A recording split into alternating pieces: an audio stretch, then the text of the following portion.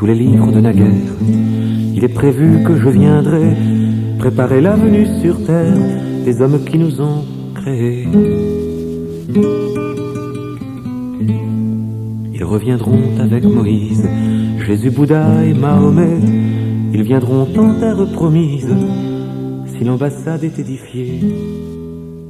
Plaisir de vous voir toutes et tous là, c'est super. Parlez même plus que 24 parce que je vois qu'il y a des doublons hein, ici et là. Ah ouais. Christian Francis, salut. Blond. Très bon. Très bon. Alors, le sujet de la soirée, ben c'est peut-être aller. Boris, salut Boris. C'est le sujet, c'est la paix. P-A-I-X, hein, je précise bien. Donc, on ne rigole pas. La paix, donc. Alors, qu'est-ce que c'est que la paix? Ben, si je prends le Larousse, je ne sais pas quoi, c'est un concept qui désigne un état de calme ou de tranquillité, ainsi que l'absence de perturbations, de troubles, de guerre et de conflits. Ça, c'est comment dit-on, l'explication de ce que c'est que la paix. Ben voilà, j'ai tout résumé. La paix, c'est entre deux guerres. C'est aussi ça, oui, effectivement. Ben, on est dans une époque là où, effectivement, on se pose la question quand est-ce que ça va arrêter les conflits et tout ça, puisque ça fait quand même combien maintenant 6, 7, si je calcule, 8 000 ans qu'on tourne autour de la paix et on n'arrive pas à la générer partout. On arrive à la générer à droite et à gauche, ici et là, mais sur la planète tout entière, qu'est-ce qu'on regarde? C'est que les humains, ils sont toujours en train de se chicorer d'une manière ou d'une autre.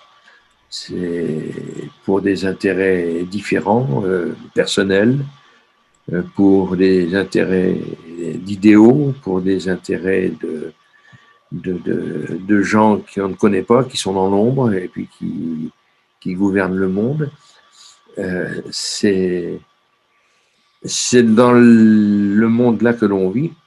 Et ça dure juste un peu avant le déluge. Ça a commencé un peu avant le déluge.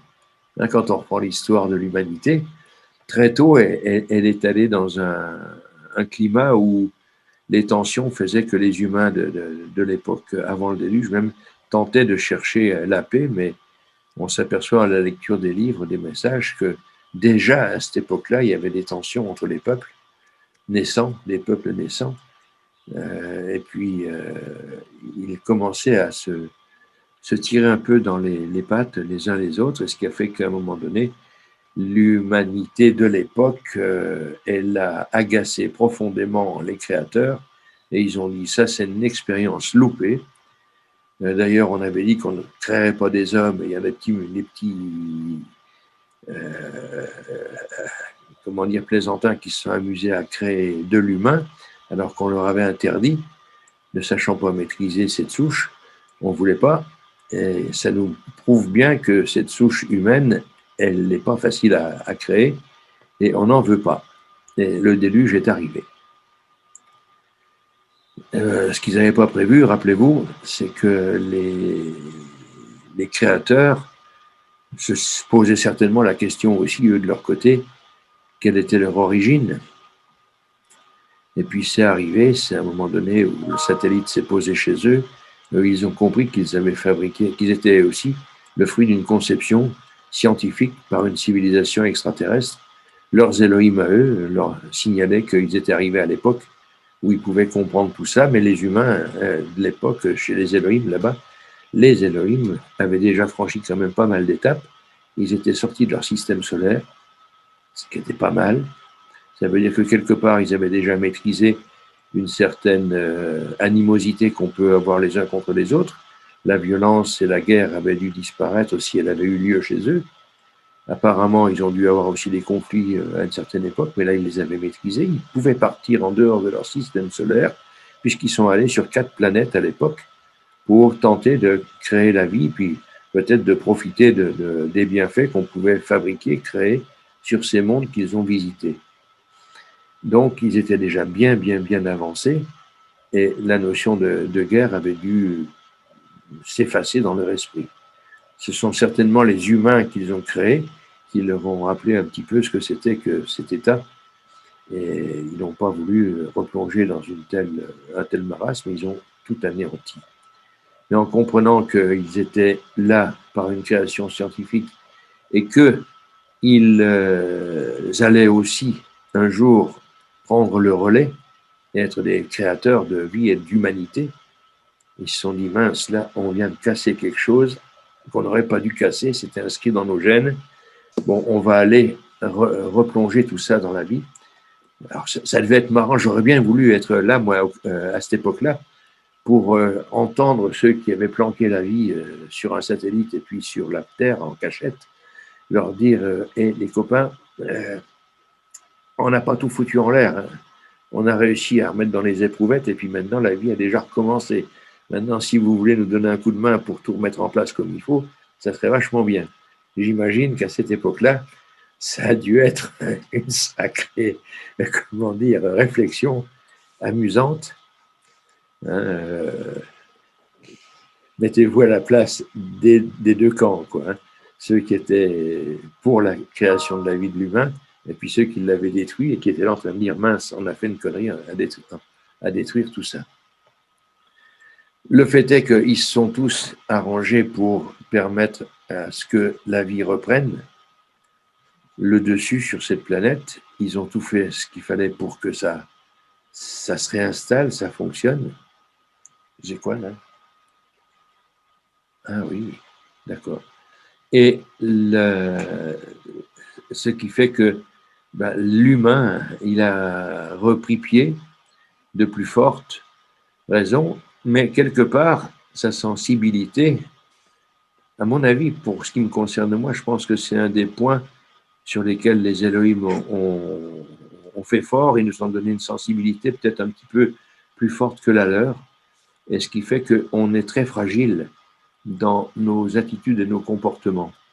Pourquoi, après cette leçon que l'on a vécue, je parle de nos ancêtres, ceux-là ont la leçon qu'ils avaient prise en pensant au déluge, puisqu'on leur a expliqué tout ça, et de la réimplantation, ils ont quand même recommencé leur manœuvre de guéguerre entre eux pour arriver 8000 ans après, à aujourd'hui, à encore être dans cet état.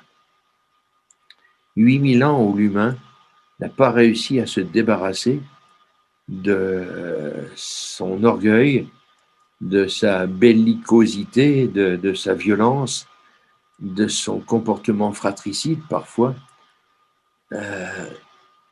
8000 ans, et on n'en est pas encore sorti.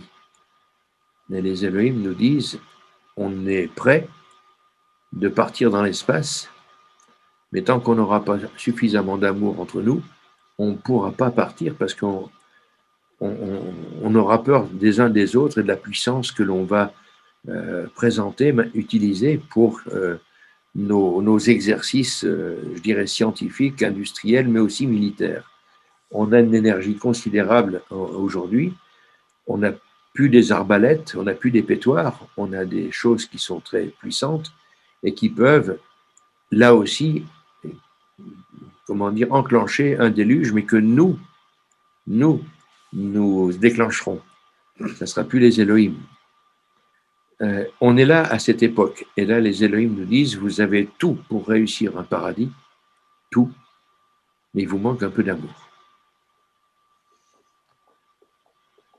Alors, j'aimerais que qu'on discute de ça, justement, ensemble. Comment vous voyez cette notion de paix, de sortir de cette spirale de la violence, réussir à sortir de cet enfer qu'on se crée alors qu'on a tout pour un paradis. Vous, en tant que raélien, vous, en tant que non-raélien, si vous n'êtes pas raélien, comment vous pourriez aider l'humain à sortir de ça? Il faut commencer par la paix intérieure. Hein. Oui. Comment ça peut parler? Tu peux développer? c'est un travail intérieur, c'est un travail sur soi-même qu'il faut faire, autrement ça n'ira jamais. Il faut commencer par soi, simplement. D'accord. Et quand on a la paix intérieure, ben, il y a la paix mondiale après. Ah oui, oui. Oui. Tant qu'il n'y a pas ça, rien ne se fait.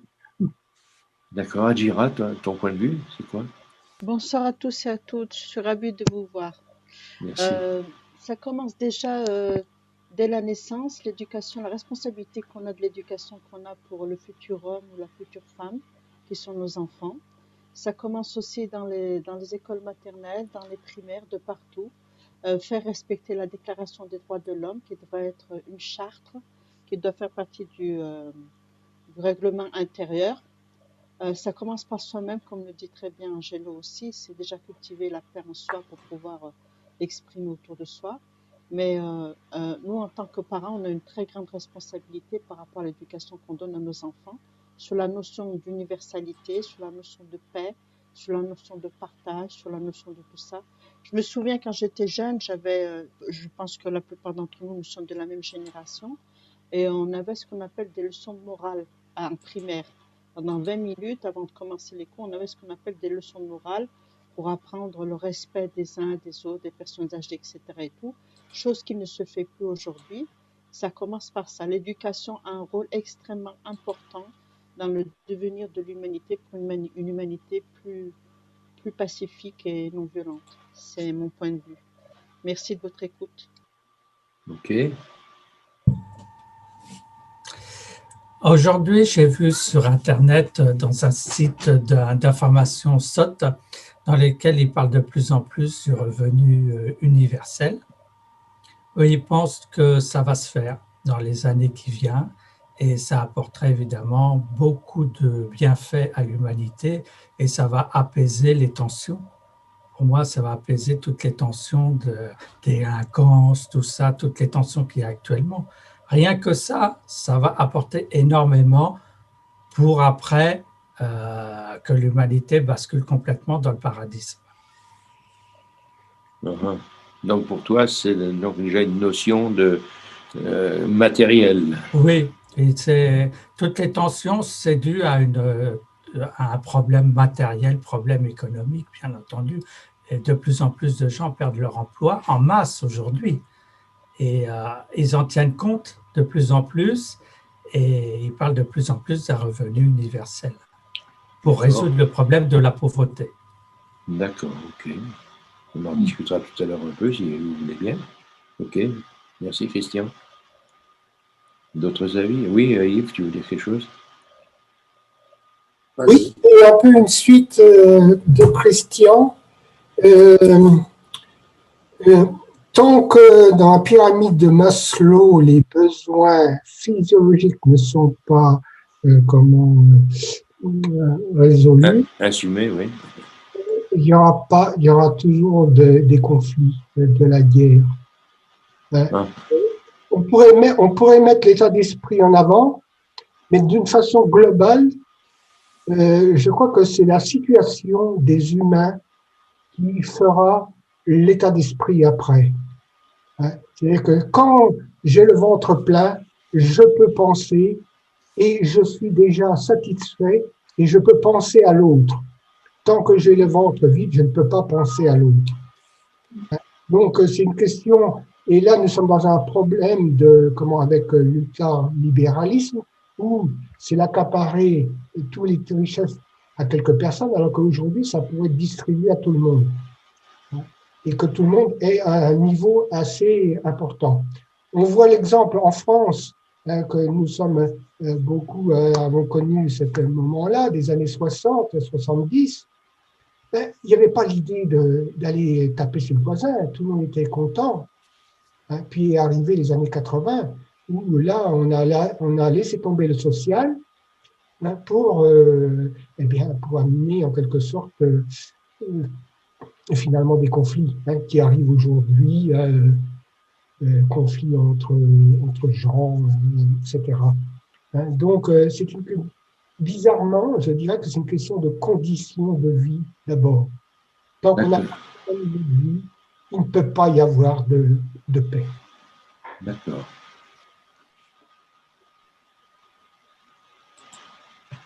Oui. Oui, mais Bertrand. Oui. Moi, je place tout. Avant, je pensais aux solutions. Je n'ai pas dit que les solutions, c'est pas bon d'en trouver. Les solutions, c'est toujours agréable. Mais maintenant, j'ai complètement changé. Je fais un travail profond sur moi-même et je me base sur l'instant présent pour aider l'humanité. C'est-à-dire que j'ai mis en moi un système de pensée, j'ai développé, si je puis dire, mon propre système de pensée, et tous les jours, pas une fois de temps en temps, pas tous les jours, c'est une discipline que j'ai acquérie, c'est vraiment de développer déjà un esprit de tranquillité en soi. Et dans l'instant présent, la plus belle façon d'aider notre humanité, à mon sens, c'est uniquement personnel, c'est de pas courir, c'est d'être profond en méditation et répéter ça plusieurs fois par jour. Et c'est ce que je fais toutes les heures. Je ne fais pas une minute de paix parce que notre bien-aimé prophète nous le dit. Je le fais aussi parce qu'il nous le dit, il nous le suggère, mais je le fais avant tout parce que je le ressens profondément. Et c'est plusieurs fois par jour que je développe la méditation, où je trouve une énergie qui est phénoménale à un tel point que j'ai besoin que de quelques heures de sommeil. Et pour vous donner une idée, ce matin, je me suis levé à 5 heures le matin. Vous pourrez dire, qu'est-ce qu'il peut bien faire à 5 heures le matin? Eh bien, à 5 heures le matin, une fois que j'ai aéré mon appartement et que j'ai donné à manger aux oiseaux, parce qu'avant de faire quoi que ce soit, je m'occupe de ce que j'appelle la vie.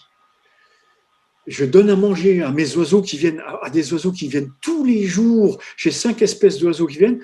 Une fois que je fais ça, je suis déjà dans l'émerveillement. Je suis déjà dans le bien-être. Je referme la fenêtre et là, je fais une suroxygénation. Et là, vraiment, je fais un travail sur la paix sincère et profond. Et une fois que j'ai fait ça, j'ai qu'une envie, c'est recommencer. Ça devient viscéral, hein, cette affaire. Et j'en suis fier. J'en suis fier parce que ce que le prophète nous enseigne, c'est méditer pour la paix. Mais le faire sincèrement. Pas méditer une minute parce qu'il nous dit il faut méditer une minute. On a pensé avec le mental et ça y est, le tour est joué. Non, pour moi, c'est pas ça. C'est vraiment élever sa vibration, du moins au mieux que je peux, pour pouvoir faire progresser la vibration de l'humanité. Et je pense que quand l'humanité aura élevé sa vibration, bien des choses positives se mettront en place naturellement. Okay. Voilà, c'est ce que je pense en ce moment. Merci Bertrand, c'est un très bon témoignage, super. Ok, je prends bonne note. Quelqu'un d'autre?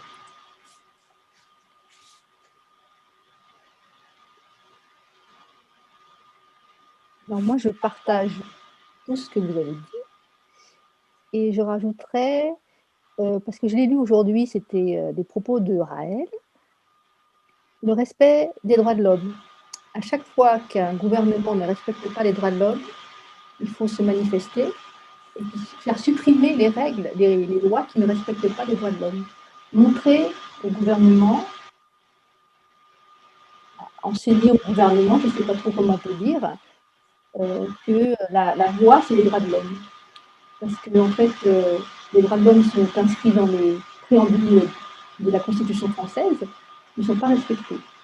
Donc, je pense que c'est un point d'appui, c'est politique, c'est en même temps humain, et je pense que c'est très important.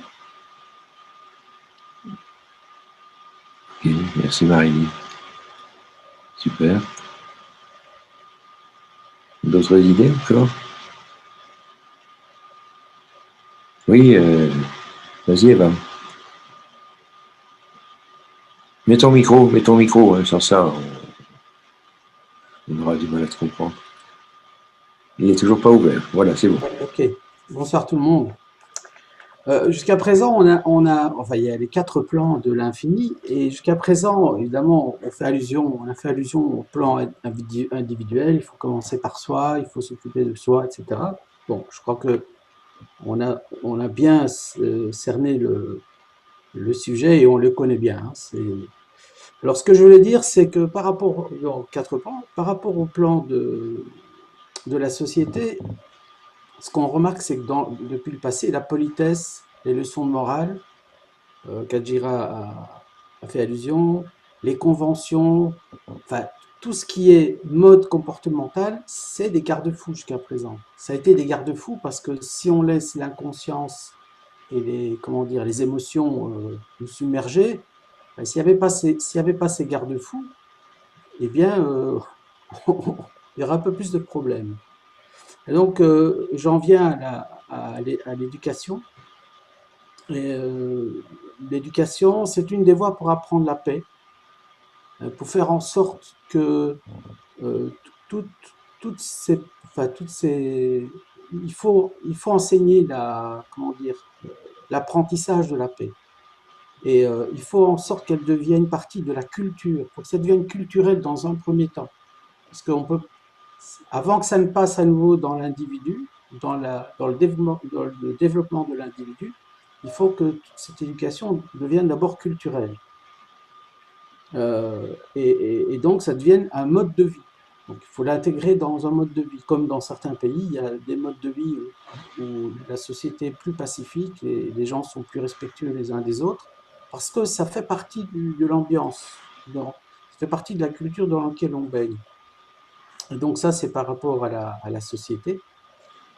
Alors, par rapport au troisième plan, c'est le plan des Elohim. Les Elohim en tant que, mais ça ne pourra se faire que quand on les accueillera, en tant que modèle, enfin, on peut déjà le faire maintenant à travers les messages, à travers nos diffusions, à travers ce qu'on essaie de faire passer, mais ça va s'asseoir au moment où les Elohim vont arriver, et on verra que dans l'univers, il y a des fonctionnements qui sont différents de ceux qu'on a aujourd'hui, et qu'il y a des civilisations qui ont réussi. Et ça deviendra un modèle qui sera affirmé et bien affirmé sur Terre. Ça, c'est le troisième passage. Et donc, quand on aura atteint ça, eh bien, on pourra comprendre l'infini et hop, on reviendra à l'individu, on passera à nouveau par tous les niveaux. Voilà. Le parcours par rapport aux 4 niveaux. D'accord. Allez-y, hein, exprimez-vous. Oui, Boris. Mettra ton micro, Boris. Le micro, voilà, c'est ça. Est-ce que vous m'entendez? Oui, très bien. Est-ce que vous m'entendez? Oui. Non, vous m'entendez. Si. Ah oui, vous m'entendez. Bon, en tout cas, bonsoir à tous. Et puis, merci de pouvoir partager ce moment. Moi, j'avais envie, j'ai une vision, je me dis, peut-être avons-nous une vision qui est propre à notre culture, mais peut-être qu'il serait bien aussi de l'ouvrir aux autres. On est tous des êtres humains. Moi, je me pose la question souvent, même si je suis conscient que toute l'humanité n'est pas malade, mais est-ce que, au vu de ce qui se passe et de cet état dans lequel est notre humanité, est-ce qu'il n'y aurait pas besoin d'une intervention des Elohim, probablement pour que, je ne sais pas s'il y a un traitement qu'il faudrait, parce que je me dis, on est probablement, c'est vrai qu'on est probablement nombreux, mais moi je dis, au vu de ce qui se passe, il y a quand même une élite qui est malade et qui a besoin d'être soignée. C'est vrai que tout commence par l'éducation. Et je rejoins aussi tout ce dont vous avez émis comme solution.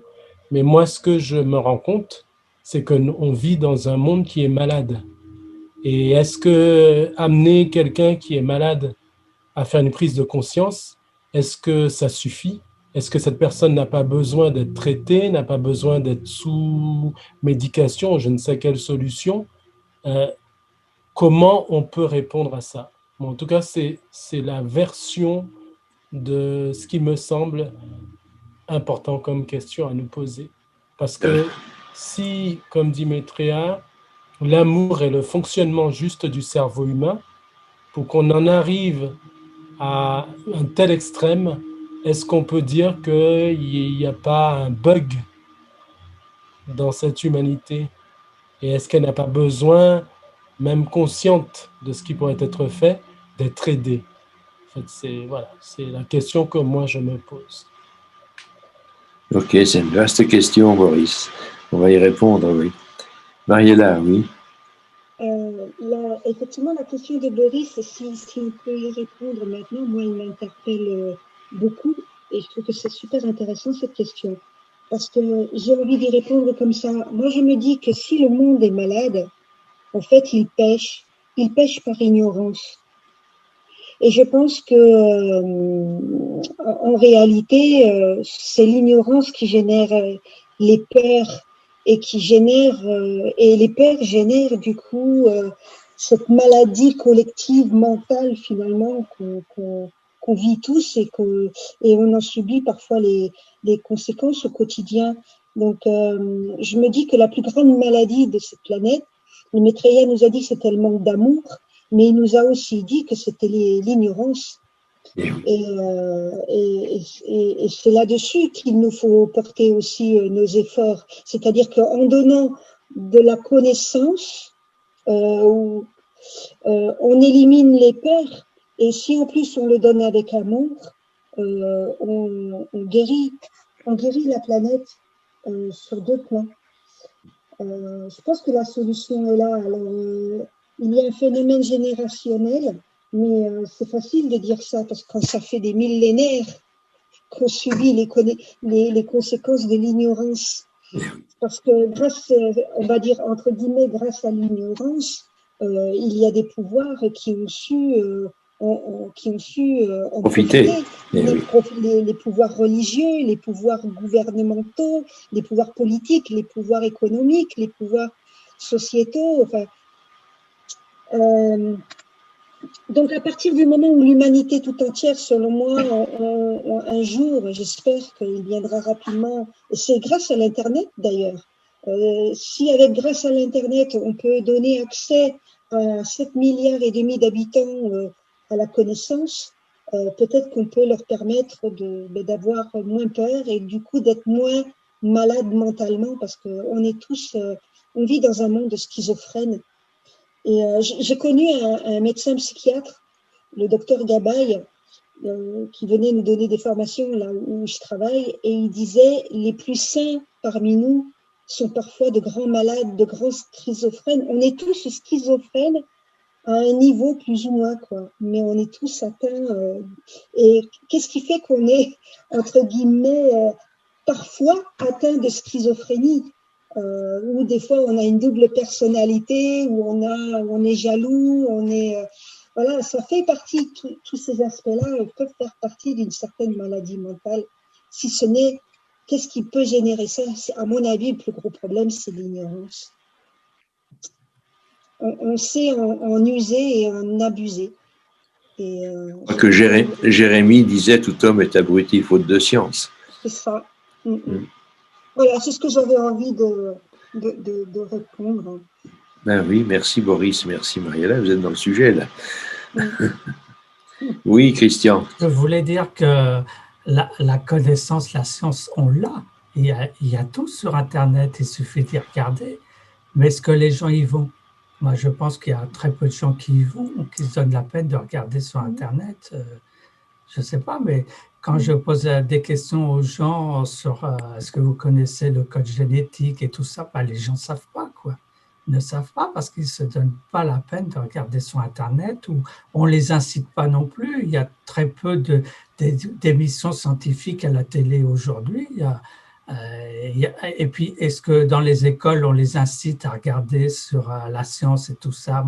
Moi je ne sais pas trop ce qu'on enseigne à l'école aujourd'hui, mais j'ai l'impression qu'on ne leur enseigne pas grand-chose. Bonsoir. On leur enseigne beaucoup. Oui, qui c'est? Bonsoir. Ah ouais, je suis un nouveau. C'est un nouveau, d'accord. Ouais. Ben, super, bienvenue. Je suis un nouveau et franchement, le concept de Raël est réel. Est réel dans le sens où les extraterrestres, j'ai déjà vu un extraterrestre dans ma vie. Ouais. Je suis incapable de le prouver. Mis à part les gens de mon entourage qui ont vécu des phénomènes similaires. Aujourd'hui, je vous rejoins parce que voilà.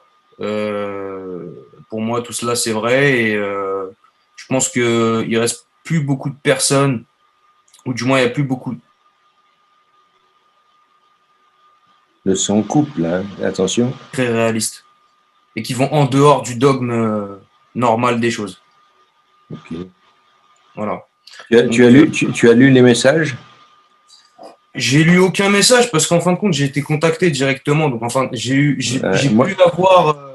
pu avoir en fait une visibilité sur le phénomène. J'ai eu cette chance. Donc aujourd'hui, moi, j'ai pas lu les messages ou du moins.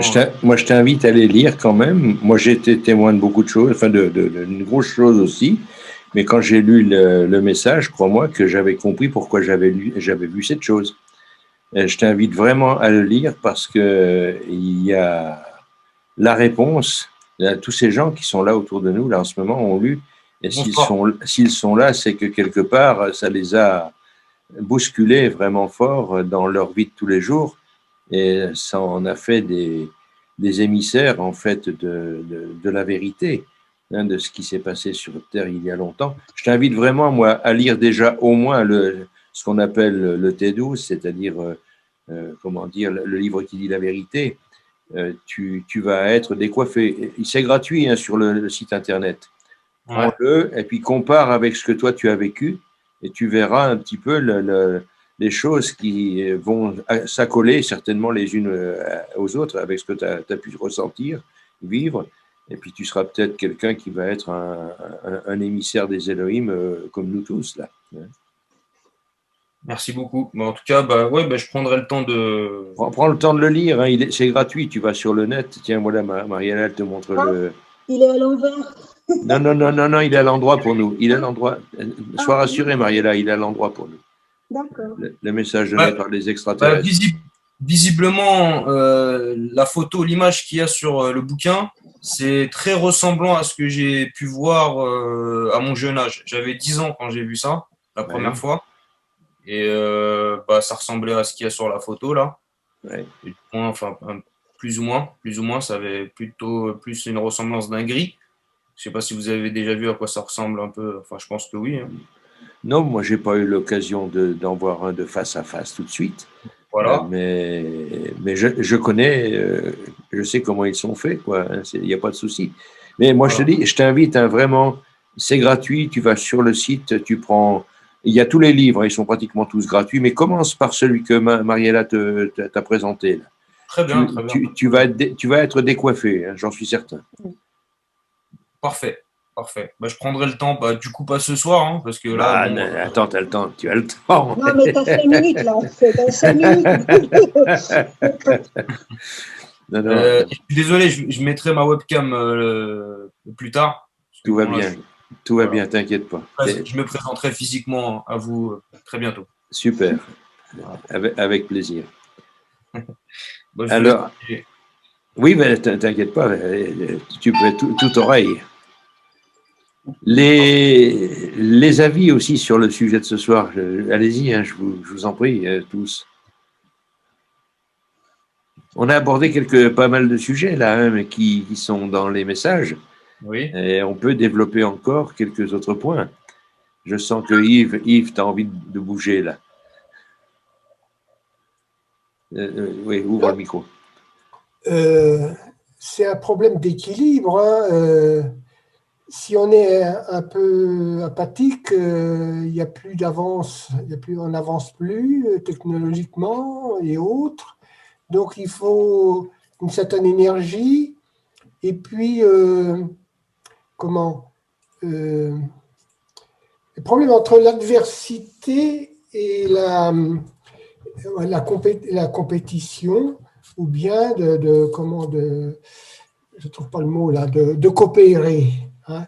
Et ça demande justement un gros problème dans notre esprit, hein, de pouvoir jouer à la fois d'une façon dynamique avec les autres et éventuellement avec des idées différentes des autres. Parce que c'est les idées différentes qui font avancer. Donc, comment peut-on avoir des idées différentes, hein, sans être en conflit? Oui, tu as raison. Mais c'est ça qui est merveilleux, c'est que les messages tels qu'ils nous ont été donnés nous permettent de présenter toute une batterie d'idées complètement différentes et voire révolutionnaires sans nous entraîner dans du conflit. Tout ce que l'on amène dans les messages, tout, je dis bien tout, moi je les ai décortiqués depuis 45 ans, les messages, je n'ai jamais trouvé une passerelle au conflit. J'ai toujours trouvé une chose nouvelle à apporter qui a la particularité, c'est d'éveiller l'intérêt, de susciter l'intérêt. Alors, qu'on suscite l'intérêt, c'est formidable. Parce que même si la personne ne nous entend pas bien encore là maintenant, mais on a suscité l'intérêt, ça va l'obliger à dire « Ah, attends, je vais quand même aller vérifier ». Et quand les gens, comme l'on lisait tout à l'heure, vont vérifier, ça veut dire qu'ils sortent de leur somnambulisme, ils sortent de l'ignorance, et d'un seul coup, ils s'enrichissent et le cerveau commence à faire son véritable œuvre, c'est-à-dire d'essayer de comprendre, d'assimiler, de digérer, de comparer, et puis d'émettre quelque chose. Aujourd'hui, la plupart des discours qui sont tenus par tous nos petits frères humains, ça résume, ça gravite autour de quelques sujets. La sécurité, le pouvoir d'achat, le travail, l'habitat, l'automobile, des bonnes autoroutes. C'est pratiquement ça, puis que le terrain de foot soit bien entretenu pour que les équipes viennent nous divertir au maximum. Bon, j'exagère beaucoup en disant ça. Il y a d'autres choses qui nous amènent, mais on n'en est pas loin, c'est ça. Donc, si on gravite autour de cette sphère-là, c'est vrai qu'il y a de quoi s'ennuyer et trouver des quantités de passerelles de conflits. Parce que l'équipe Tartampion qui a mal joué la dernière fois, c'est bien fait pour elle parce qu'il ne fout rien à l'entraînement. Oh là, attention, business, tu as du Larsen. Désolé. Tout va bien, tout va bien. Donc, c'est là, on est dans un monde aujourd'hui qui est avec un environnement qui est bouclé, très, très serré. Et nous, on arrive avec la notion, mettez-vous bien en tête, la notion d'infini, c'est pas rien, quoi.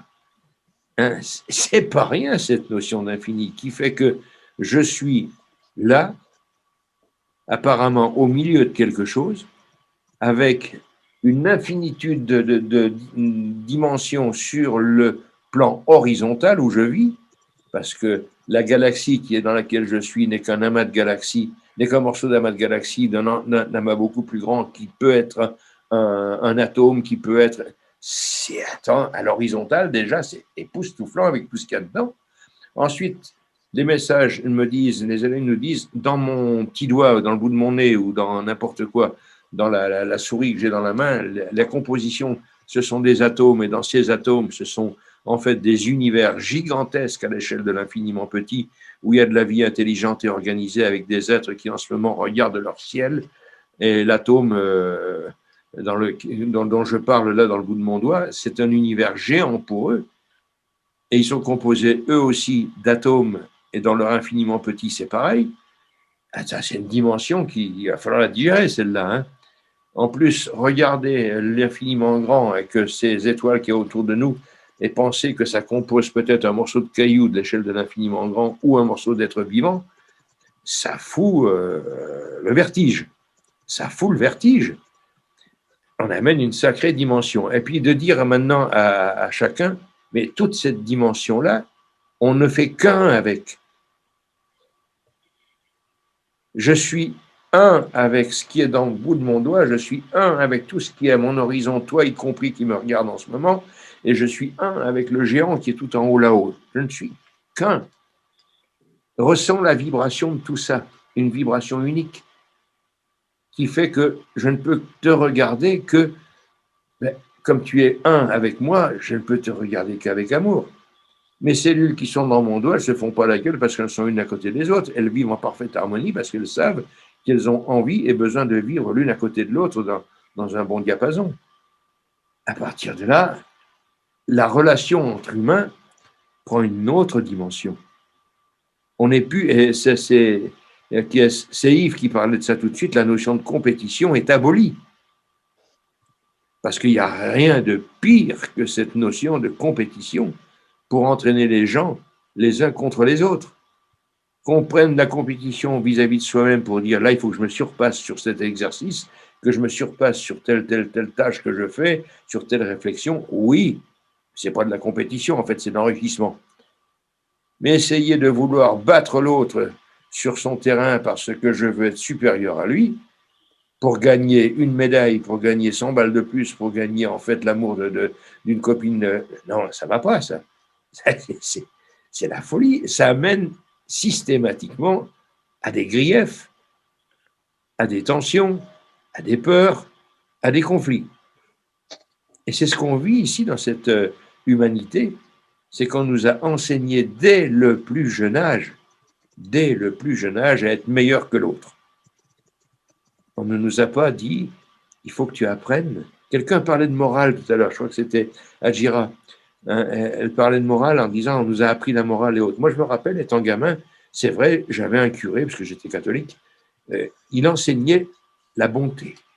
J'ai eu la chance d'avoir un curé très tôt qui m'a enseigné la bonté. Être bon avec ses semblables. Sortir des tensions, des griefs et autres. J'ai eu une chance fantastique d'avoir un mec comme ça qui avait cette vision-là. C'était un pur, quoi, un pur du bonheur de l'humanité. Ben, j'aimerais bien qu'il soit là, il doit être mort maintenant depuis, mais j'aurais bien aimé qu'il soit avec nous parce qu'il avait ça dans son code génétique. Mais tout le monde n'a pas bénéficié d'un enseignement pareil. J'ai eu une chance fantastique, j'avais des parents qui étaient la bonté même et qui ne voulaient surtout pas que j'évolue dans le mal, la douleur et de faire mal à quelqu'un d'autre. J'ai eu cette chance. Mais j'avais à côté de moi des copains et autres qui étaient dans un environnement de bataille.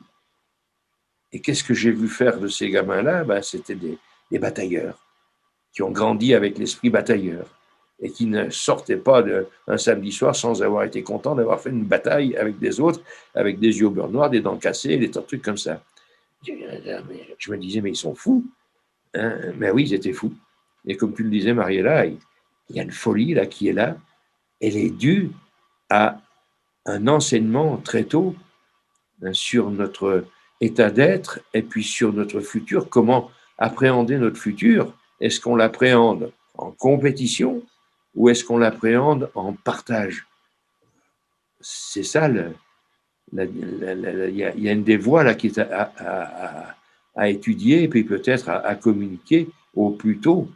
Adjira, tu voulais dire quelque chose, je ne veux pas te faire perdre la...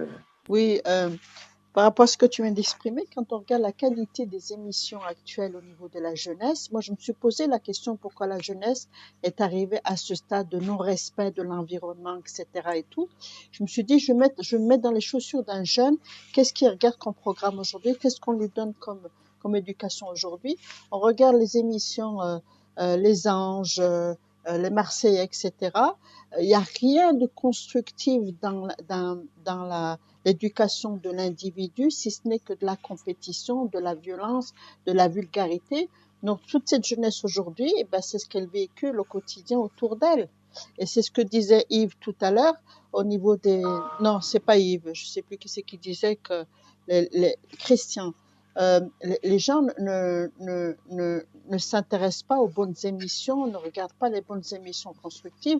Il y a un facteur aussi qui rentre en jeu. Ces émissions, on les montre à 22h, 23h le soir. C'est voulu, c'est orchestré pour que la jeunesse d'aujourd'hui soit complètement abrutie. Manque de science, justement. Mais ça serait ça, Adjira, je dirais, bon, ben, c'est un plan. Mais moi, je crois, et j'ai peur que ce soit autre chose.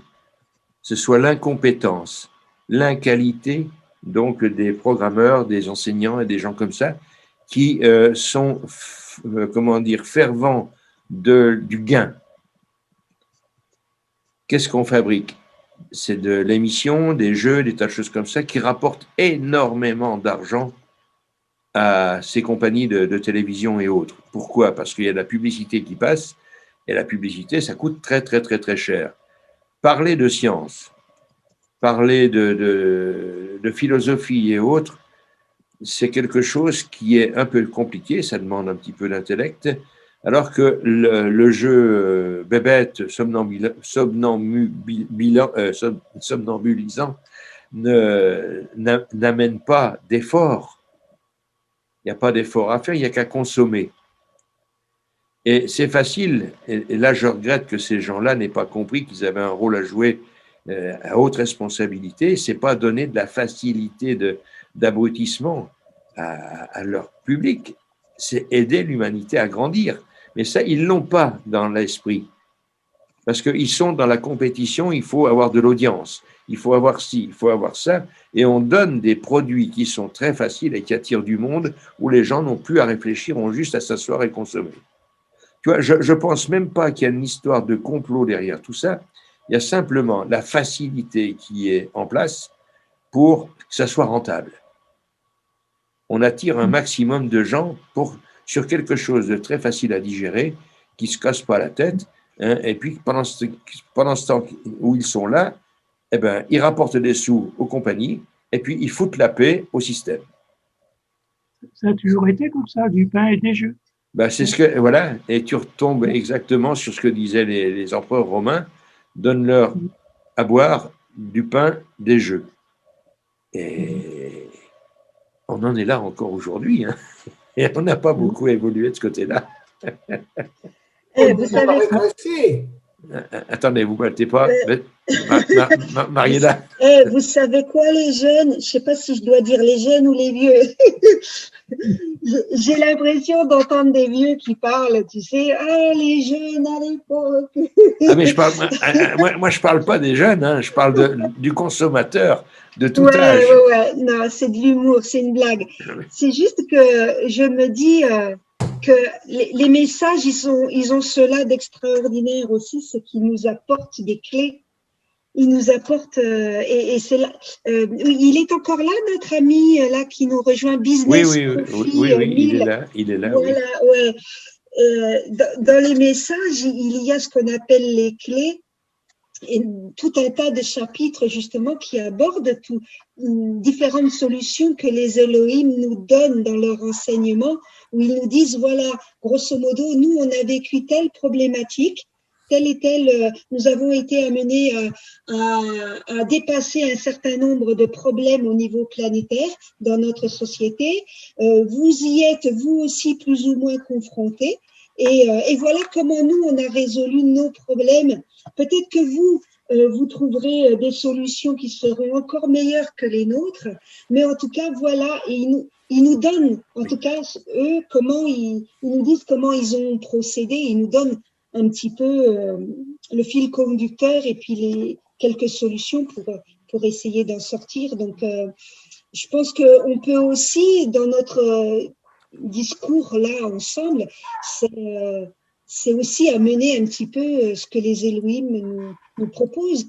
Quelles sont les solutions? Parce qu'effectivement, là, on retrace, et c'est bien, hein, c'est super de retracer un petit peu les difficultés auxquelles on est confronté, parce que ça nous permet d'en prendre conscience et de les intégrer dans notre fort intérieur. Mais en tant que Raéliens, on a aussi ce devoir d'aider l'humanité à sortir de l'obscurité dans laquelle elle vit. Donc, et je trouverais intéressant que on puisse nous aussi dire ah mais on a telle solution, on a ça, on a ça. Voilà. On a ces solutions justement. Ouais. Oui, Tara, tu veux dire quelque chose? Oui, je reprends ce que dit Mariella. Les Elohim nous ont donné les solutions qu'ils ont appliquées eux-mêmes, oui. Tout en disant peut-être que nous, les terriens, nous allons trouver d'autres solutions. C'est ça. On ne peut pas prévoir. C'est extraordinaire hein, de laisser le libre arbitre là et de dire voilà ce que nous on a pu réussir à découvrir. Vous allez peut-être nous permettre de découvrir encore d'autres choses qu'on n'avait pas vues. Parce qu'il faut le voir aussi comme ça. Hein. C'est pas que de découvrir pour nous, mais c'est aussi si nous on découvre des choses nouvelles, que la communauté des extraterrestres là-haut, parce que ce sont des communautés qu'il y a là-haut, hein, ils vivent ensemble, hein, ceux qui ont réussi à échapper. Avec toute la somme de leurs connaissances, si nous, humains, on réussit à trouver un plus là-dessus, vous imaginez, on amène un plus à toute une collectivité d'extraterrestres là-haut. C'est fantastique, moi, je trouve. Hein. Ouais. Yves, tu voulais dire aussi, je t'ai coupé la parole, pardonne-moi. No problème. On n'en est pas encore là, mais enfin, c'est intéressant. Donc, je reviens sur, oui, les Romains. Ce qui était important pour les dirigeants romains, c'est que le peuple ait du pain. Oui. Et des jeux. Oui. Hein, mais du pain. Oui. Nous, aujourd'hui, depuis surtout, depuis que Adam Smith, depuis que l'ultralibéralisme est en route, et surtout depuis 1980, la question n'est plus que le peuple ait du pain. Hein, c'est même pas du pain pour le peuple. Hein, ce serait même, il faut que le peuple, en grande partie, meure, parce qu'on est trop. Donc, hein, l'objectif de l'ultralibéralisme aujourd'hui, c'est de faire mourir les gens. Faut bien voir les choses en face. Hein, et ça s'est accéléré depuis 1980. Et nous en voyons vraiment les conséquences aujourd'hui, un début. Hein, il y a de plus en plus de richesses vont à quelques personnes. La machine à fabriquer des billets, ça va que pour quelques personnes. Et pour le reste, c'est la régression. Hein. Nous sommes dans un monde où il y a, bon, eh ben, il faut espérer que nous allons trouver des solutions à cela. Mais justement, hein, les solutions, je l'ai marqué là à un endroit, héléonisation, processus de l'héléonisation. Hein, tout est écrit à la page 123 du livre de Raël de 2001. Oui, oui, tout à fait. Hein, il y en a 3 ou 4 pages. Hein, tout le programme est là. Mais ce n'est pas un programme facile. Hein. Ah non, c'est un problème de société avec une prise de conscience des membres de la société. Ce que disait Mariella, qu'elles prennent déjà bien conscience des pistes que nous avons utilisées et celles qui vont bien ou pas bien, parce qu'aujourd'hui, on n'en est pas encore à l'époque où on est tous, dans toute notre humanité, capables de regarder ce qui ne va pas. Tout le monde se plaint, mais c'est tellement devenu habituel, les situations, qu'elles sont devenues rituelles. C'est devenu rituel. C'est ça qui est terrible. Le processus d'un bon gouvernant, je parle d'un gouvernant, je n'ai pas dit d'une guidance, hein, c'est d'amener la ritualisation des règles, des lois qu'il a voulu mettre pour soumettre le peuple. Une fois qu'on a ritualisé les règles, le peuple ne les remet plus en question. Regardez les quelques lois qui sont passées pendant les 5 dernières années, pendant les moments de crise à droite et à gauche, qui étaient donc quoi ? Des recadrements momentanés qui étaient peut-être utiles à ce moment-là, mais qui aujourd'hui sont toujours là et font effet de loi aujourd'hui. Il y a des quantités de choses comme ça qui, tout au long des décennies, se sont construites avec des choses qui ne devaient être que provisoires et sont devenues des véritables lois. On a ritualisé. Ça, c'est terrible ce qui s'est passé. Et dans les messages, il est dit, on est là pour aussi respecter les lois des pays, mais aussi de réformer, de changer celles qui ne sont plus du tout, en phase. Celles qui sont obsolètes, il faut les réduire à néant. Et on va plus loin. c'est de dire il y a aussi des gouvernants qui sont obsolètes. Il faut les virer aussi. Parce que ça c'est pas possible de conserver des gens qui nous amènent au chaos. Il y en a un peu partout sur la planète. Les Elohim nous ont donné des voies extraordinaires. Là, la paix. Il faut absolument la construire, cette paix. Et j'ai bien aimé, Bertrand, ton idée de la méditation. C'est ce qui nous est demandé par le prophète depuis bientôt une décennie, à être présent tous les jours pratiquement, puisqu'il avait même dit à un moment donné, rendez-vous chez vous, où vous êtes à 11h moins 5 pour que vous pensiez à 11h moins 5 à la paix, et puis en plus une fois en groupe le samedi, ça, déjà ça, et je relisais, Marine me faisait lire ce matin sur l'acte de la paix, la méditation sur la paix, où il dit, je vous invite à revoir la vidéo qu'il a concoctée là il y a quelque temps, où il dit, faire une méditation pour soi, fantastique, c'est bon, c'est excellent pour soi. Pour soi. Mais faire une méditation pour l'humanité, pour amener l'amour à l'humanité, ça multiplie, il dit, lui, il n'a pas peur de dire, 1 million de fois plus que ce qu'on a comme gain pour soi-même.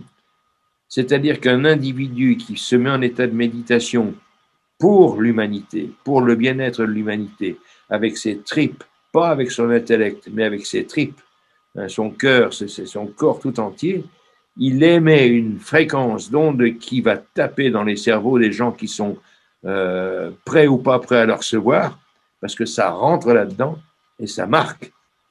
Ça marque. Regardez un petit peu, je vous l'ai peut-être dit tout à l'heure, mais je le répète, je ne sais pas à vous, je l'ai dit, je ne sais plus, quand il nous a évoqué la notion de 1 minute for peace, pour ceux qui ont de la mémoire, c'est quand? Il y a 10-12 ans en arrière? Je ne me rappelle plus exactement, enfin bon, peu importe la date. Est-ce qu'on parlait beaucoup de la méditation d'abord? Est-ce qu'on en parlait beaucoup autour de nous? Il y en avait quelques bizarres qui parlaient de la méditation, les Tibétains, certaines religions, mais il y avait très peu de gens qui parlaient de la méditation. Et puis d'un seul coup, on a vu la méditation prendre de l'essor ici et là, et des gens sont devenus des professionnels de la méditation.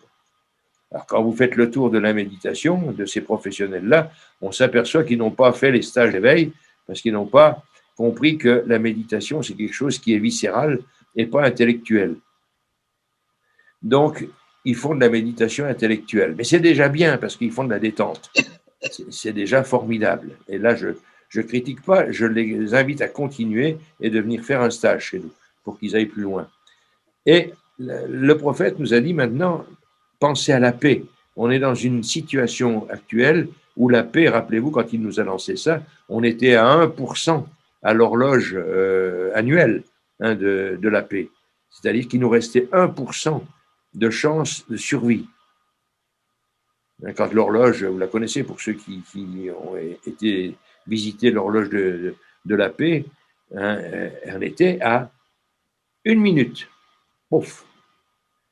Et là, maintenant, on est redégringolé, on est remonté à 4 minutes, ce qui est pas mal.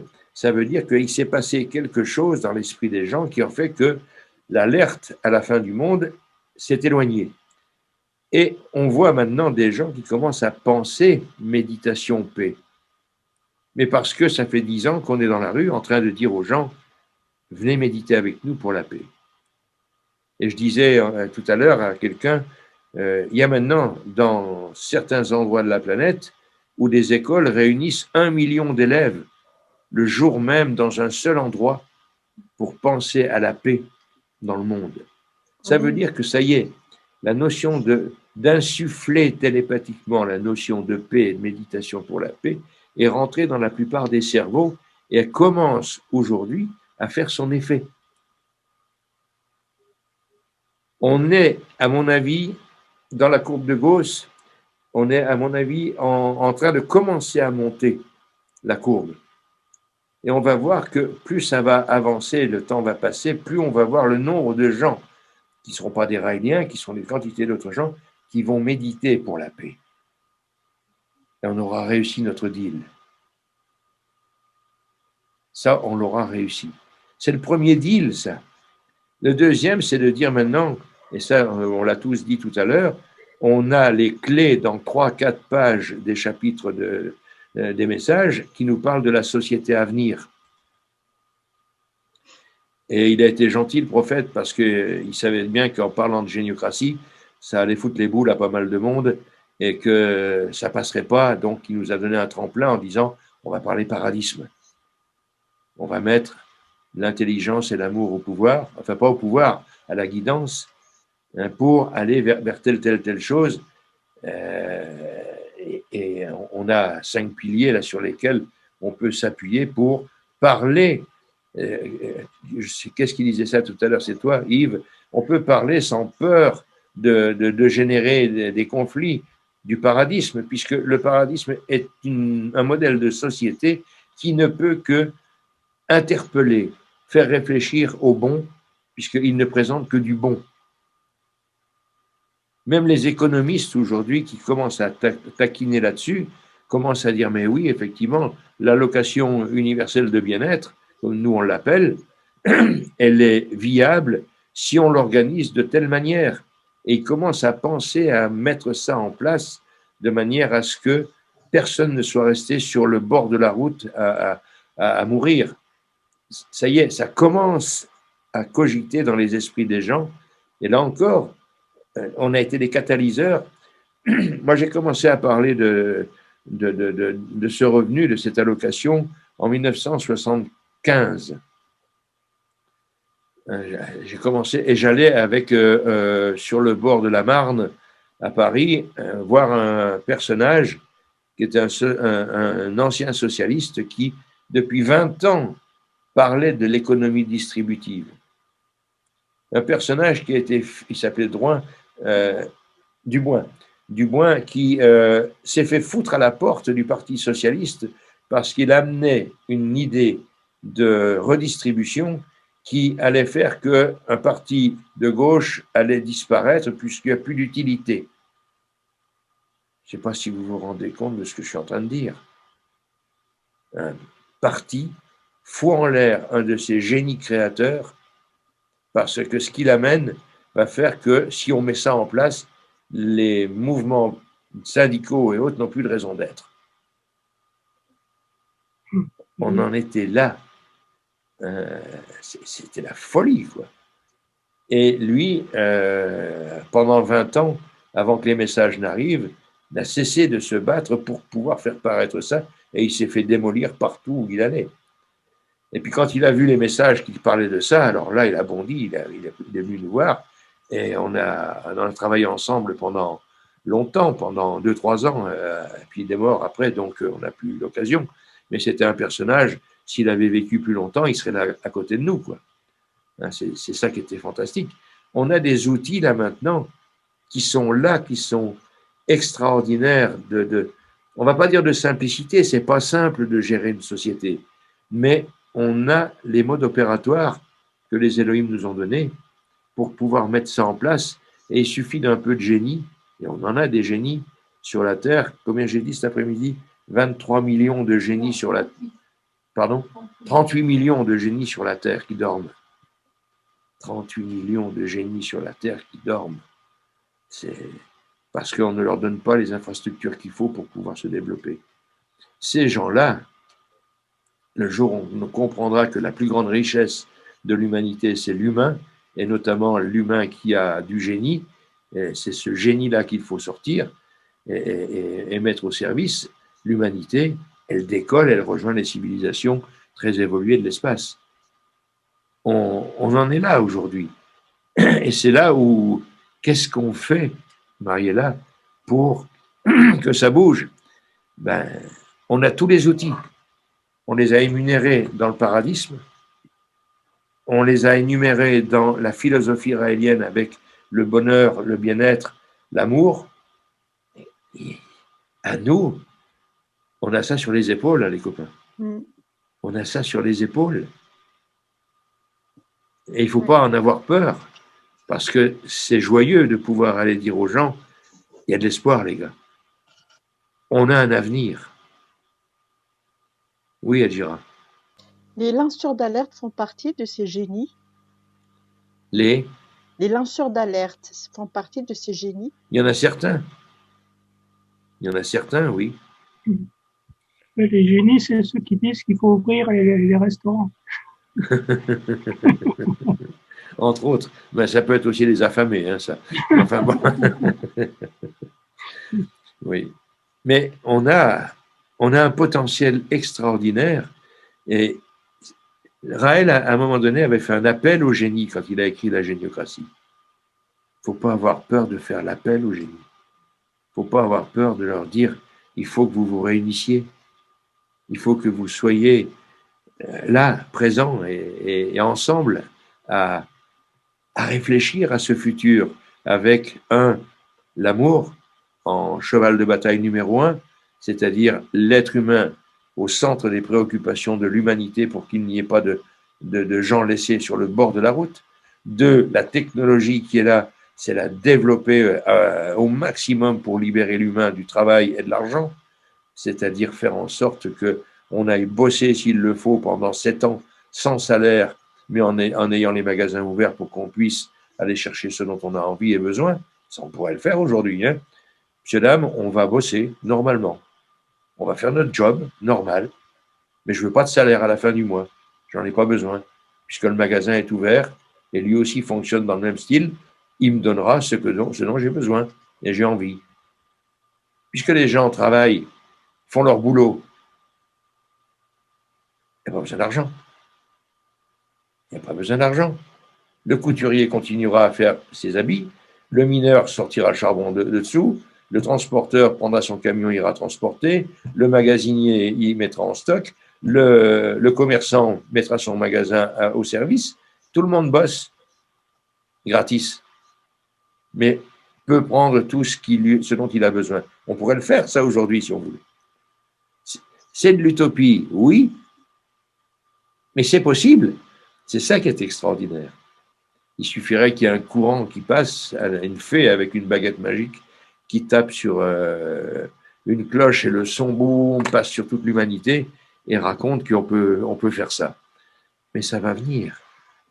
Ça va venir.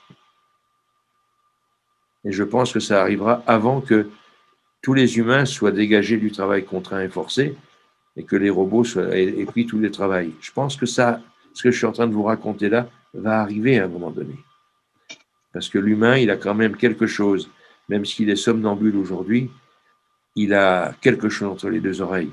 Il suffit de le réveiller. Et ça, c'est notre rôle, hein, à les réveiller. Sauf que, oui. Excuse-moi, je te coupe. Sauf que les robots ne possèdent pas d'émotion encore à l'heure actuelle. Et au niveau je pense qu'il y a encore plusieurs décennies pour qu'on arrive justement à un développement émotionnel au niveau de la robotique et de l'intelligence artificielle.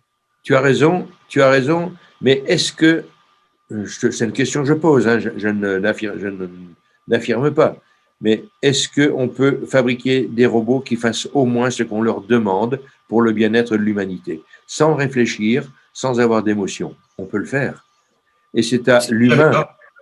Et c'est à l'humain à mettre des protocoles et à mettre des collèges qui vont dire réfléchissons au bien-être, guidons l'humanité et ne prenons plus le pouvoir. C'est le principe du paradisme. Le paradisme, c'est mettre l'intelligence et l'humanitarisme à la guidance de l'humanité. Et puis, ces collèges-là, aussi bien dans une ville, va guider une ville, dans une région va guider une région, dans une province va guider une province, dans un continent guide un continent, et planétairement pareil. On est loin de la mondialisation telle qu'elle nous est présentée aujourd'hui, comme en parlait tout à l'heure quelqu'un, hein, où on saigne l'individu aux quatre veines pour enrichir certains. Non, là on est dans une collégialité mondiale qui est là pour aider chaque humain à se développer, à grandir. L'être humain, il est fait, et les Elohim nous le disent, penser, créer et s'épanouir. Ça, c'est les 3 pieds de marche d'un être humain. Penser, créer et s'épanouir. On est capable de le faire. Mais on revient à ce qu'on disait tout au début, je ne sais pas si tu étais là tout au début, Mais il faut qu'on sorte de certains comportements. La notion de compétition entre nous, il faut l'abandonner une bonne fois pour toutes. C'est mettre la coopération entre nous. Ça commence par un C aussi, mais c'est coopération entre nous et plus compétition. C'est commencer à oser se regarder dans un miroir le matin et dire je t'aime Jean-Pierre quand je me regarde moi dans le miroir, et puis toi pareil de te dire je t'aime quand tu te regardes dans ton miroir.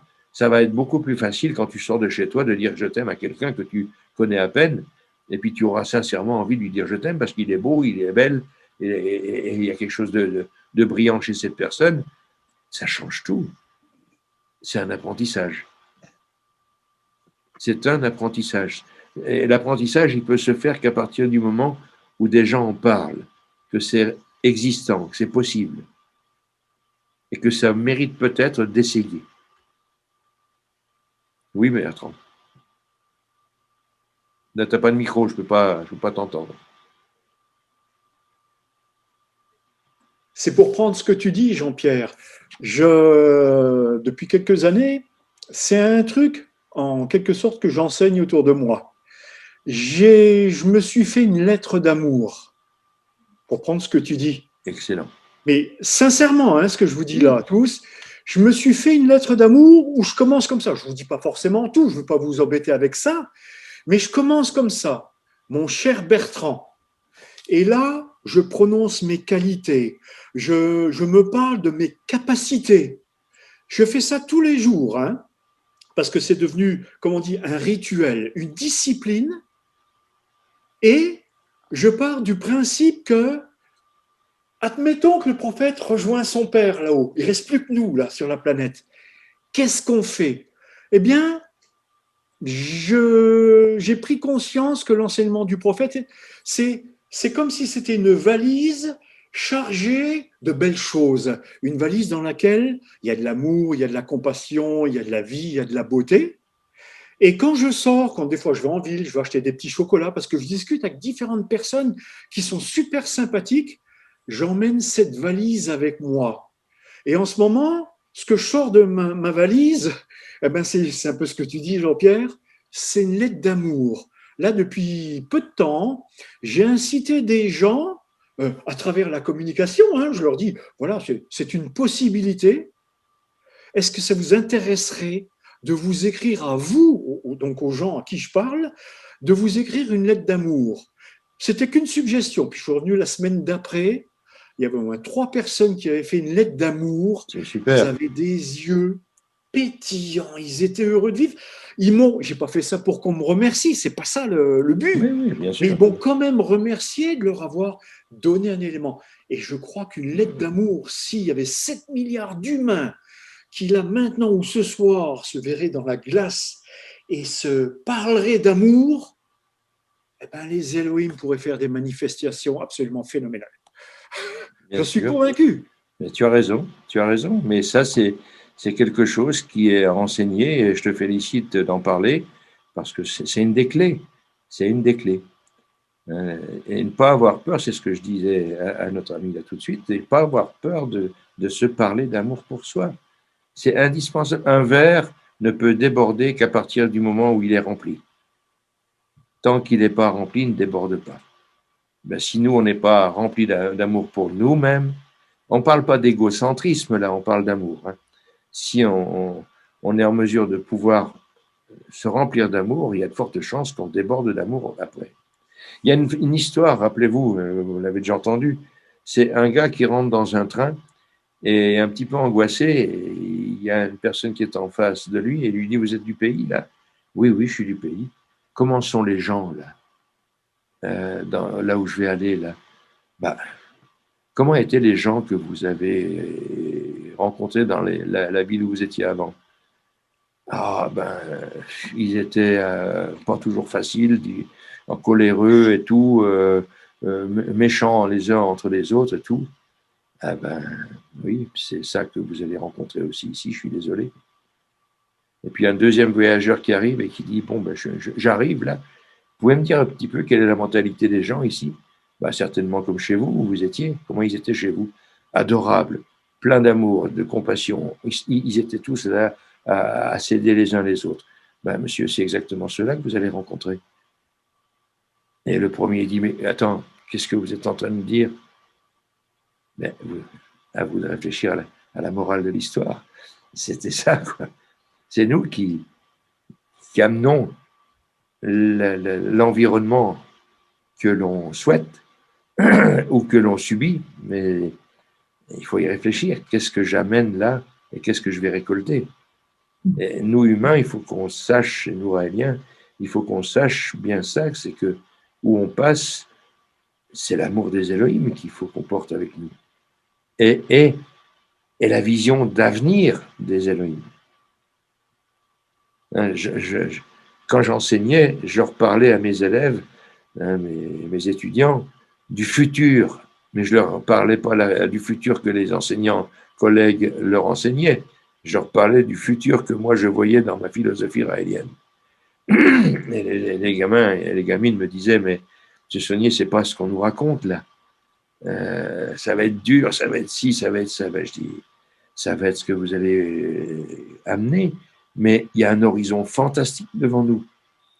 Puis je leur montrais un petit peu tout ce qu'on avait comme héritage que nos aïeuls ont amené, puisqu'on a créé nous. Je dis, avec tout ça, on est capable de faire un paradis. Le tout, c'est de savoir comment le gérer, comment se le partager. C'est là. Et les gamins n'étaient pas fous. Hein. Du coup, ils réfléchissaient, ils disaient, mais c'est vrai. Et j'ai reçu des courriers, des lettres des étudiants quand je suis parti qui étaient riches, quoi, d'espoir. Quoi. Mais l'humain, l'être humain, aussi endormi puisse-t-il être aujourd'hui, il attend que ça, qu'on lui montre un horizon, un bel horizon. Il en a marre d'être dans la peur, il en a marre d'être dans l'angoisse, il en a marre d'être dans la souffrance de manquer, de ne pas pouvoir être ce qu'il est. Parce que les systèmes actuels, qu'on aille à droite, à gauche, qu'on aille au sud, au nord, sont tous formatés sur le même modèle. Et puis on a enseigné dans les écoles spécialisées nos futurs cadres de société sur ce modèle-là, qui ne peuvent produire que ce qu'ils ont enseigné. C'est pas ça qui va réveiller joyeusement nos frères et sœurs humains. Il faut montrer, et ça c'est notre rôle, de montrer cet horizon vers lequel on peut aller si on veut. Parce que l'horizon où nos étudiants, énarques et autres nous offrent, c'est le chaos. Quelques civilisations sortent de leur système solaire parce qu'elles ont échappé à l'égoïsme, à la violence, à la brutalité, aux guerres. Les autres, toutes, sans exception, sont autodétruites. On est arrivé jusqu'ici. Ça serait dommage de se planter, quoi, alors qu'on est presque arrivé. C'est à nous, déjà pour nous-mêmes, de voir ce futur qui est fantastique, et puis d'en parler autour de nous, d'expliquer, de raconter, de faire rêver. Méditer pour la paix, parler d'une société nouvelle, et puis l'ouverture sur l'infini avec une ambassade, avec des Elohim créateurs qui viennent nous retrouver pour nous inviter à monter avec eux vers les autres civilisations évoluées de l'espace. C'est ça le truc.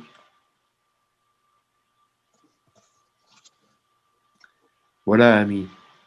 On a fait 1 heure déjà. Hein. Normalement, c'est 1 heure ensemble. Et on a fait 1h30 presque. Wow. Je suis désolé de vous avoir retenu un peu plus longtemps. Mais c'est passionnant tout ce que tu nous dis. Oui, Jean-Claude. On ne trouve pas le temps avec toi. Tant mieux. Tant mieux. Pour moi, il faut quand même faire confiance aux Elohim. Oui. Je pense qu'ils savent nous diriger notre insu et qu'on s'en sortira. Ce que je sais, moi, en tant que guide, c'est que les Elohim nous observent et ils ne sont pas les seuls. Il y a d'autres civilisations qui nous observent, qui nous attendent avec beaucoup d'attention, qui espèrent qu'on va passer le cap. Je ne parle pas que des Elohim, je parle des autres aussi. Ils n'interviendront pas c'est nous qui passons notre certificat d'aptitude à monter vers eux. Ils interviendront peut-être quand on sera tout au bord et qu'on a encore la volonté de gagner. Et que c'est difficile, parce qu'il y aura des passages très difficiles à venir. Là, je parle d'un futur qui va être joyeux, oui, mais il y aura des épreuves quand même difficiles à franchir par rapport à la connerie des hommes, des humains. Là, ils interviendront, et Raël nous l'a dit un jour, pour ceux qui étaient là, tout seul, nous, Raéliens, on n'y arrivera pas. Il faut que les humains se réveillent, et puis il y aura certainement, si besoin est, un coup de main rapide des Elohim pour montrer que c'est la voie à suivre. Mais c'est nous qui ferons chemin. Nous, on a un certificat d'aptitude à gagner. À nous de jouer. Hein, François, Franco. Ouais. À nous de jouer. Eh oui. Vous en êtes? Hein? Vous en êtes? On en est. Non, c'est intéressant ce que vous dites, ce que tu dis. Ouais. Ouais. Ben, bienvenue au club. Merci, c'est cool. C'est bien, c'est des messages pleins d'amour, c'est des messages de ralliement, c'est des messages joyeux, enfin, tout ce qui permet à l'être humain de s'épanouir durant sa courte vie. Ah oui. Alors, bon, voilà. Et puis elle peut être prolongée en plus, hein, grâce à la science. Ouais, espérons-le, hein, qu'elle soit prolongée par nos frères de l'espace. Ah mais non, mais déjà par nous-mêmes, on sera capable, avant que on devienne des éternels, et on va réussir avec les technologies sur la biologie et autres, à dire, bon, bah tiens, on va peut-être pouvoir vivre 150 ans. Et puis pendant la période de 150 ans, on va trouver encore une mécanique biologique qui va dire, ah ben, je pourrais peut-être vivre 300 ans. Et puis dans les 300 ans qui suivent, on va dire, ah ben là, on pourrait peut-être faire quand même 700 ans. Tu vois, la science, elle est là. Hein. Pourquoi pas? Mais dis-toi que ça va être comme ça. Et tu as quel âge? 31 ans. Bon, t'es condamné, mon pauvre vieux. C'est le menage. Hein. T'es condamné à être un éternel. C'est cool. Je le souhaite.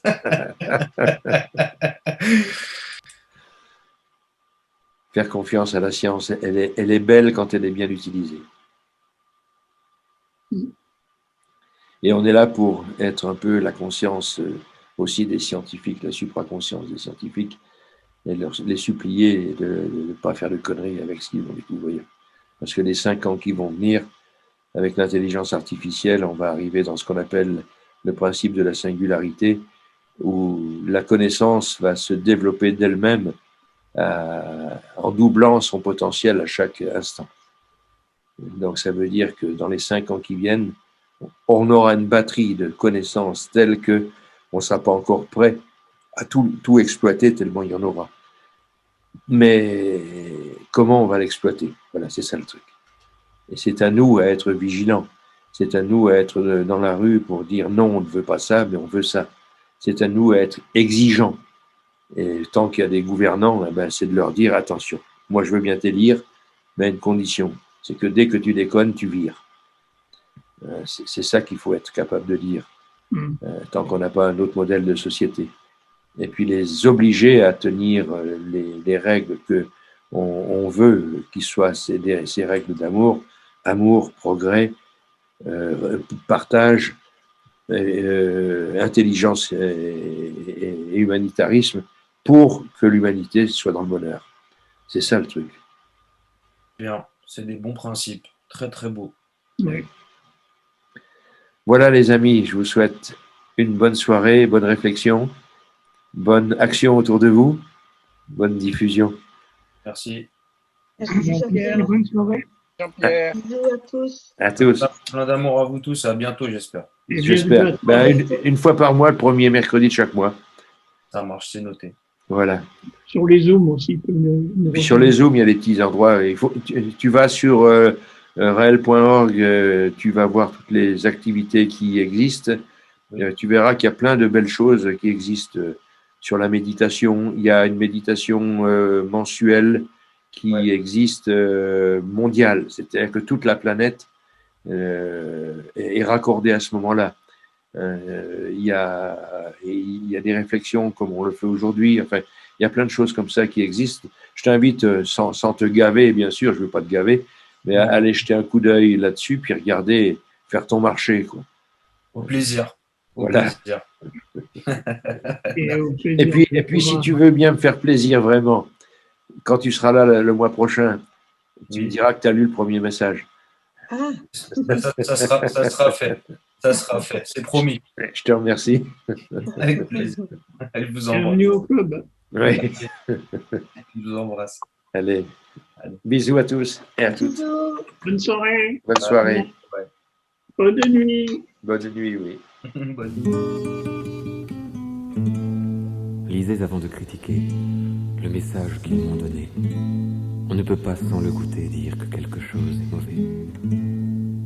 Puisque l'humanité est prête et peut sans se mettre à genoux, voir du ciel venir des airs, écoutez-moi, préparez-vous.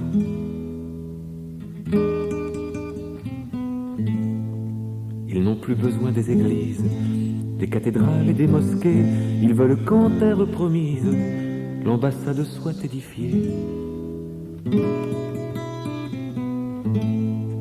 Vous pouvez éclater de rire, vous pouvez dire que je suis fou, mais avant tout il vous faut lire le message qui est pour vous.